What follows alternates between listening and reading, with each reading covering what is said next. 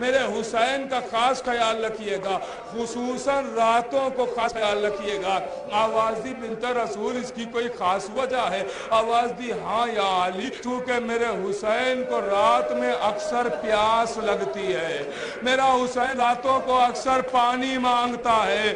اے علی، آپ رات میں خصوصاً حسین کا خیال رکھیے گا۔ لیجئے تاریخ کہتی ہے کہ بنت رسول اس دنیا سے رخصت ہوئی، غسل و کفن دیا گیا، عزادارو ایک مرتبہ ایک ایک کر کے رخصت ہونے کے لیے آگے بڑھا، حسین بھی آگے بڑھے مگر ماں کے قدموں تک آئے، اس کے بعد قدموں پر سر رکھ کے کہتے اماں اب جب تک آپ آواز نہ دیں گی آپ حسین یہاں سے آگے نہ بڑھے گا۔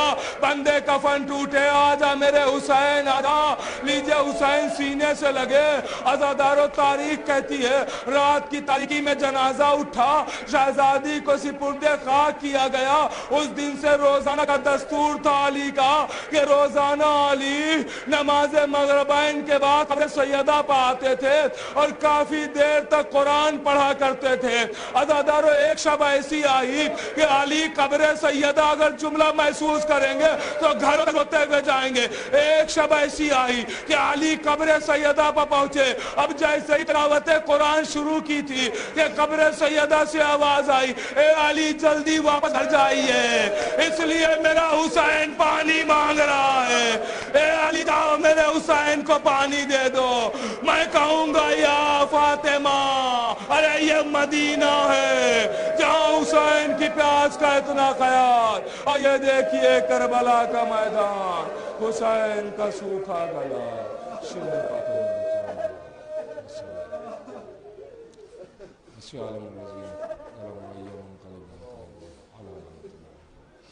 روڈیات کے واسطے محمد احمد کا ہماری عبادت کو قبول فرما، ہمارے گناہ کبیرہ گناہ صغیرہ کو معاف فرما، بلا دنیا والا عطا فرما، مقروض ان کے کاش کو عطا فرما، بیمار میں شفا کامل عطا فرما، جنت البقیع کی جلد از جلد تعمیر، دعاؤں میں خصوصی دعا ہے کہ ہمارے امام زمانہ کے ظہور میں تعجیل فرما اور حکم کروانا صاحب